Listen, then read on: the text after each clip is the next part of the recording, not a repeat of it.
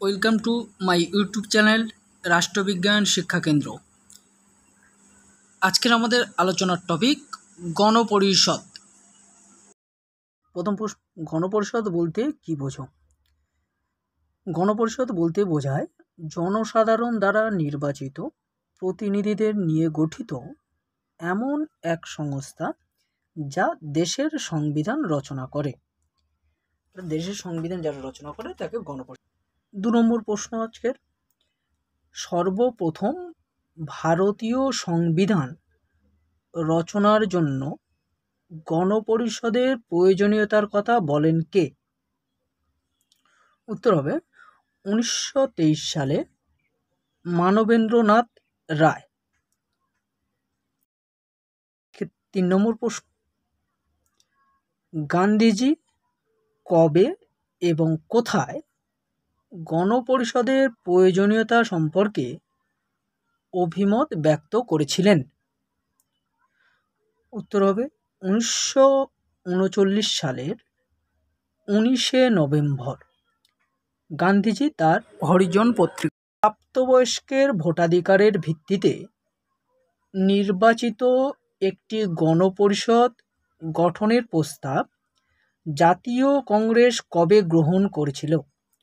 উত্তর হবে 1934 সালে কংগ্রেস ওয়ার্কিং কমিটির বৈঠক। ব্রিটিশ সরকারিভাবে প্রথম ভারতের সংবিধান রচনার জন্য একটি গণপরিষদ গঠনের বিষয়টি স্বীকার করে কবে? উত্তর হবে 1940 খ্রিস্টাব্দের 7ই আগস্ট। কংগ্রেস কবে অধিরাজ্যের বা ডোমিনিয়ন মর্যাদার পরিবর্তে পূর্ণ স্বরাজের দাবি করে? উত্তর হবে 1929 সালের লাহোর অধিবেশনে। পরের প্রশ্ন, ক্রিপস মিশন কবে এবং কী উদ্দেশ্যে ভারতে আসে? উত্তর হবে ভারতীয় গণপরিষদ গঠনের উদ্দেশ্যে 1942 সালে ক্রিপস মিশন ভারতে আসে। গান্ধীজি কাকে post dated cheques on cashing bank বলে মন্তব্য করেছেন? উত্তর হবে 1942 সালের ক্রিপস প্রস্তাব। পরের প্রশ্ন, ক্রিপস মিশনের ব্যর্থতার পর ব্রিটিশ সরকার ভারতীয় সংবিধান রচনার উদ্দেশ্যে কোন মিশন ভারতে পাঠায়? উত্তর হবে 1946 সালে ক্যাবিনেট মিশন। পরের প্রশ্ন, ক্যাবিনেট মিশনের প্রস্তাব অনুসারে গণপরিষদের মোট সদস্য সংখ্যা কত নির্ধারিত হয়? উত্তর হবে 389। প্রশ্ন, ক্যাবিনেট মিশনের প্রস্তাব অনুসারে গণপরিষদ গঠনের উদ্দেশ্যে কবে নির্বাচন অনুষ্ঠিত হয়? উত্তর 1946 সালের জুলাই মাসে। পরের প্রশ্ন, ক্যাবিনেট মিশনের প্রস্তাব অনুসারে গণপরিষদের আসন সংখ্যা বন্টন কিভাবে হয়? মোট আসন ছিল 296 জন, এর মধ্যে সাধারণদের জন্য ছিল 210টি, মুসলিমদের জন্য 78টি এবং শিখদের জন্য 4টি। গণপরিষদের সদস্যরা কারা ছিলেন? গণপরিষদের সদস্য অনেকেই ছিলেন, তার মধ্যে ছিলেন পণ্ডিত জওহরলাল নেহেরু, বি.আর. আম্বেদকর, সর্দার বল্লভভাই প্যাটেল, মৌলানা আবুল কালাম আজাদ, সি রাজা গোপালাচারী, কে এম মুন্সি, গণপরিষদের কৃষ্ণস্বামী অধিবেশন ছাড়াও আরও কতজন ছিলেন এবং কবে অনুষ্ঠিত হয়? উত্তর হবে 1946 সালের 9 ডিসেম্বর দিল্লির কনস্টিটিউশন হলে গণপরিষদের প্রথম অধিবেশন অনুষ্ঠিত হয়েছিল। পরের প্রশ্ন, গণপরিষদের অস্থায়ী সভাপতি কে ছিলেন? উত্তর হবে ডক্টর সচ্চিদানন্দ সিংহ। পরের প্রশ্ন হচ্ছে, গণপরিষদের সহ-সভাপতি কে ছিলেন? গণপরিষদের সহ-সভাপতি ছিলেন হরেন্দ্র কুমার মুখোপাধ্যায়।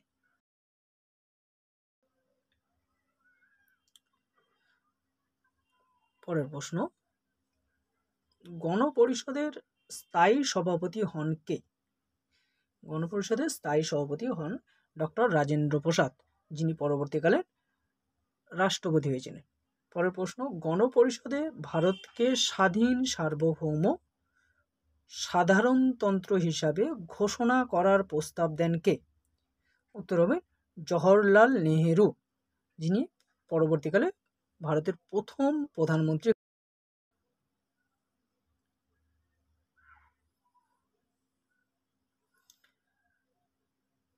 পরের প্রশ্ন, গণপরিষদের মোট কতগুলি অধিবেশন অনুষ্ঠিত হয়েছিল? উত্তর হবে 11টি।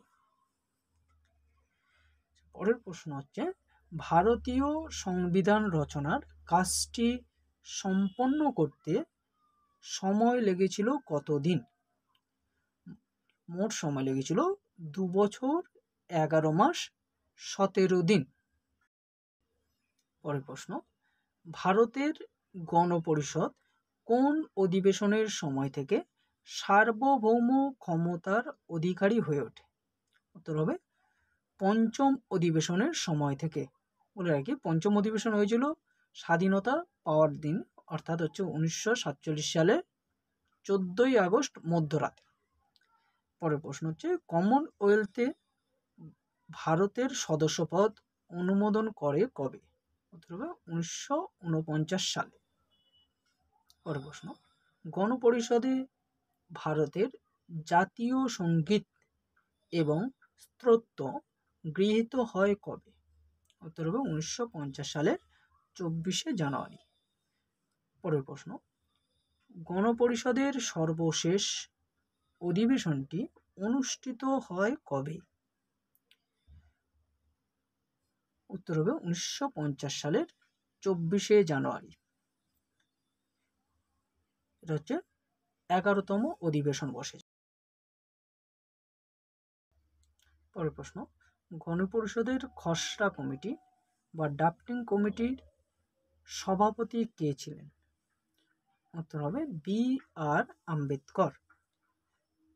পরের প্রশ্ন, 1947 সালের 15ই আগস্ট ভারতকে ক্ষমতা হস্তান্তরের বিষয়টি ঘোষণা করেন কে? উত্তর হবে লর্ড মাউন্টব্যাটেন। পরের প্রশ্ন, খসড়া কমিটি প্রাথমিক পর্বে সংবিধানের কতগুলি ধারা ও কতগুলি তফসিল যুক্ত করেছিল? উত্তর হবে 315টি ধারা ও 13টি তফসিল। পরের প্রশ্ন, চূড়ান্ত পর্বে খসড়া কমিটি সংবিধানের কতগুলি ধারা ও কতগুলি তফসিল রাখে?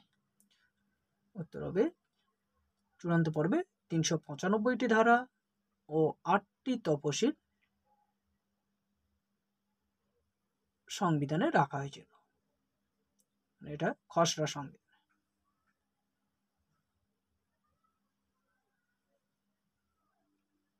পরের প্রশ্ন, ভারতীয় সংবিধান গণপরিষদ কর্তৃক গৃহীত হয়েছিল কবে? উত্তর হবে 26শে নভেম্বর 1949 সালে। পরের প্রশ্ন, ভারতের সংবিধান গণপরিষদ কর্তৃক কার্যকর হয় কবে? উত্তর হবে 1950 সালের 26শে জানুয়ারি। একটা ছিল 26শে নভেম্বর গ্রহণ হচ্ছে, আর একটা 26শে জানুয়ারি কার্যকর হচ্ছে। পরের প্রশ্ন, রাজেন্দ্র প্রসাদ ভারতের প্রথম রাষ্ট্রপতি হিসাবে নিযুক্ত হন কবে? উত্তর হবে 1950 সালের 24শে জানুয়ারি। পরের প্রশ্ন হচ্ছে, গণপরিষদের প্রথম স্পিকার বা অধ্যক্ষ ছিলেন কে? গণেশ বাসুদেব মাভলঙ্কার। পরের প্রশ্ন, গণপরিষদে মোট কতজন মহিলা সদস্য ছিলেন? উত্তর হবে 9 জন। পরের প্রশ্ন, কোন পদ্ধতি দ্বারা গণপরিষদের সিদ্ধান্ত গৃহীত হতো? সর্বসম্মতিক্রমে। পরের প্রশ্ন, ভারতবর্ষের সংবিধান রচনার জন্য গণপরিষদ মোট কতগুলি কমিটি গঠন করেছিল? উত্তর হবে 22টি। পরের প্রশ্ন, কবে গণপরিষদ সর্বপ্রথম ডোমিনিয়ন পার্লামেন্ট হিসাবে কাজ শুরু করে?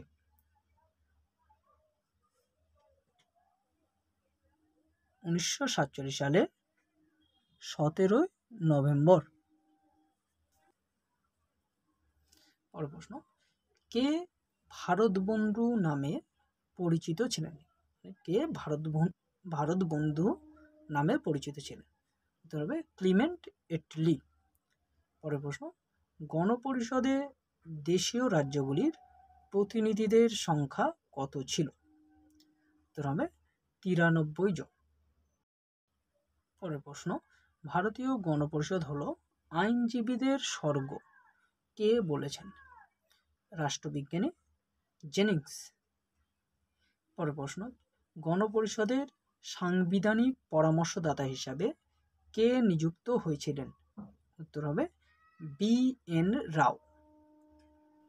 পরের প্রশ্ন, ভারতীয় গণপরিষদের স্টিয়ারিং কমিটির চেয়ারম্যান কে ছিলেন? উত্তর হবে রাজেন্দ্র প্রসাদ। পরের প্রশ্ন, কে গণপরিষদের প্রবীণতম সদস্য ছিলেন? ডক্টর সচ্চিদানন্দ সিনহা। পরের প্রশ্ন, গণপরিষদের খসড়া কমিটির মোট সদস্য সংখ্যা কত ছিল? উত্তর হবে 7 জন। পরের প্রশ্ন, গণপরিষদে ভারতীয় খ্রিস্টানদের প্রতিনিধিত্ব করেছিলেন কে? উত্তর হবে ডক্টর HC মুখার্জি। আজকের লাস্ট প্রশ্ন, অন্তর্বর্তীকালীন সরকারের ভাইস প্রেসিডেন্ট ছিলেন কে? উত্তর হবে জওহরলাল নেহেরু।